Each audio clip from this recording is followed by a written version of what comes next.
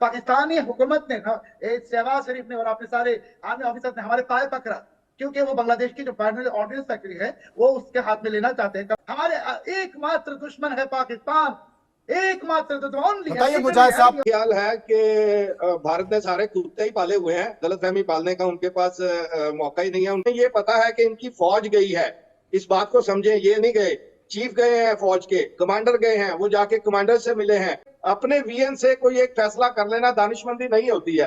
देखिए जो ground realities है, मुलाकात हुई है, ये इनकार करें कि मुलाकात नहीं हुई है। दूसरा कह रहे हैं कि पाकिस्तान ने पांव पकड़े हैं। भाई जो आए हैं, टाइम लेकर आए हैं, अपने इंटरेस्ट लेकर आए हैं, अपने इंटरेस्ट की बातें की हैं, तो ये बातें पांव पकड़ने से नहीं होती भाई। Pakistani army is not army, is a terrorist organisation. बताइए मुजाहिद साहब। टेररिस्ट एंटिटी पाकिस्तान और बांग्लादेश, तो ये सोचिए काफी बड़ा खतरा है। अगर दोनों मिल जाए तो दरमियान में इंडिया है। सो पाकिस्तान ने बांग्लादेशियों के पांव पकड़कर उनकी मिन्नतें की कि हमें बांग्लादेश की ऑर्डिनेंस फैक्ट्री दे दो, हमें अपने लिए मिसाइल बनाने दे दो और हमें अपने मुल्क पर कब्जा करने दे दो। ये बातें कर रहा है बांग्लादेश का एक भगोड़ा सहाफी जिसकी लोकेशन अननोन है, लेकिन भारत के मीडिया में आजकल काफी अपीयर होता दिखाई देता है। नाम है इसका शोएब चौधरी। शेख हसीना वाजिद का बड़ा करीबी चमचा हुआ करता था और आजकल भारत के मीडिया की आंखों का तारा है और ये बातें करता दिखाई देता है कि हमारा सबसे बड़ा दुश्मन जो है वो पाकिस्तान है, यानी बांग्लादेश का एक स्पोक्स पर्सन होने का दावा कर रहा है। जबकि ग्राउंड रियलिटी क्या है वो बांग्लादेश की कई वीडियोस हमारे चैनल पर आप देख चुके होंगे कि लोग कितनी मोहब्बत करते हैं।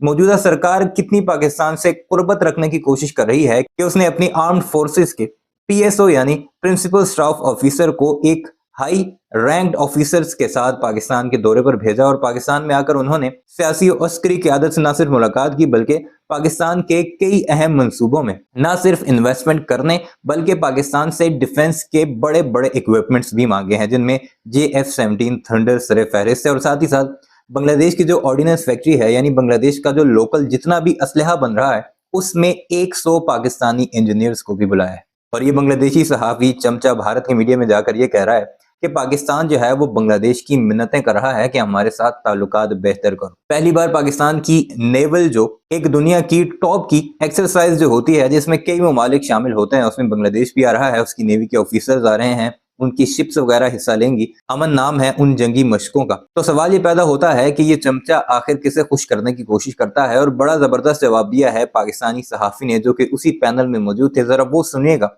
और फिर कमेंट सेक्शन में जरा बताइएगा कि क्या पाकिस्तान बांग्लादेश की इस वक्त मिन्नतें कर रहा है, ये शेख हसीना की ये जो चमचे करचे भगोड़े हैं ये भारत की मीडिया में जाकर उन्हें झूठी तसल्लियां दे रहे हैं कि बांग्लादेशी तो पाकिस्तान से नफरत करते हैं। वीडियो पर आगे बढ़ने से पहले गुजारिश है, चैनल को सब्सक्राइब नहीं किया तो ऐसी न्यूज के लिए इसे जरूर सब्सक्राइब कीजिएगा। मेरा जाती ख्याल है कि भारत ने सारे कुत्ते ही पाले हुए हैं, गलतफहमी पालने का उनके पास मौका ही नहीं है। उनके अपने पाकिस्तान को लेकर वो कोई गलतफहमी नहीं पालता। देखिए बात ये है कि आपको कुत्ते पसंद भी नहीं आएंगे, उनको वफादार होते हैं। आपने बहुत वफादार होते हैं वो, जो आप आपको ही काट रहे हैं। भाई पहले 1 to 1 बहस कर लें, फिर जानवर बहस तो हम कर ही नहीं रहे, बहस तो हम कर ही नहीं, हम तो तर्कों पर बात कर रहे हैं। तर्क पर जवाब, तर्क बताइए जी। तर्क भाई, जवाब तर्क की बात कर रहा हूं तो मैं ये अर्ज कर रहा हूं कि ये गलतफहमी कोई भी पाल सकता है कि जो रियलिटी है उसको तस्लीम करना चाहिए। अगर आपके नजदीक कोई असर ही नहीं पड़ता तो ये डिस्कशन आपने इंडिया बांग्लादेश के हवाले से क्यों रखी? आपको असर पड़ता है तो आपने ये डिस्कशन रखी है मेरे भाई। तो ये चीजें किसी की गलतफहमी पालने से, किसी के कहने से वो वैसे नहीं हो जाता जैसा वो सोच रहा होता है। ग्राउंड रियलिटीज को एडमिट करना चाहिए। आपकी सेना जो है अपनी बॉर्डर लाइन क्रॉस नहीं कर सकती। ग्राउंड रियलिटी क्या है? ग्राउंड रियलिटी क्या है ये बता दीजिए।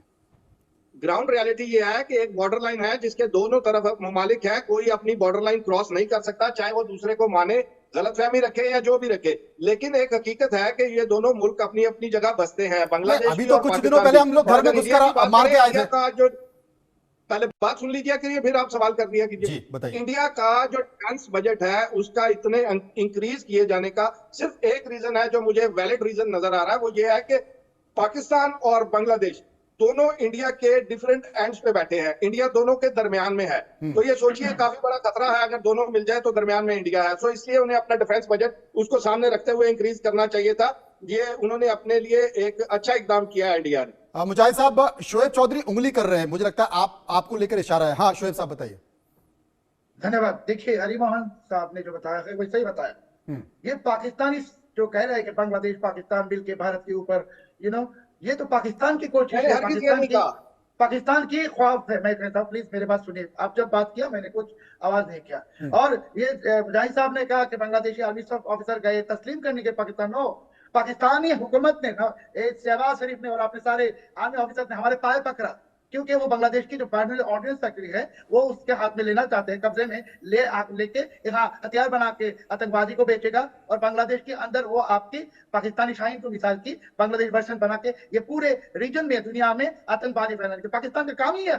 Pakistani army is not army, is a terrorist बताइए ऑर्गेनाइजेशन, मुजाहिद साहब। Terrorist entity, and Pakistan itself is a terrorist country. और आप कह रहे Bangladesh Pakistan Pakistan will never become together. आप लोगों ने 1971 में हमारे 30 लाख लोगों को मार दी, 3 से 4 लाख माँ बहन की इज्जत लूटा।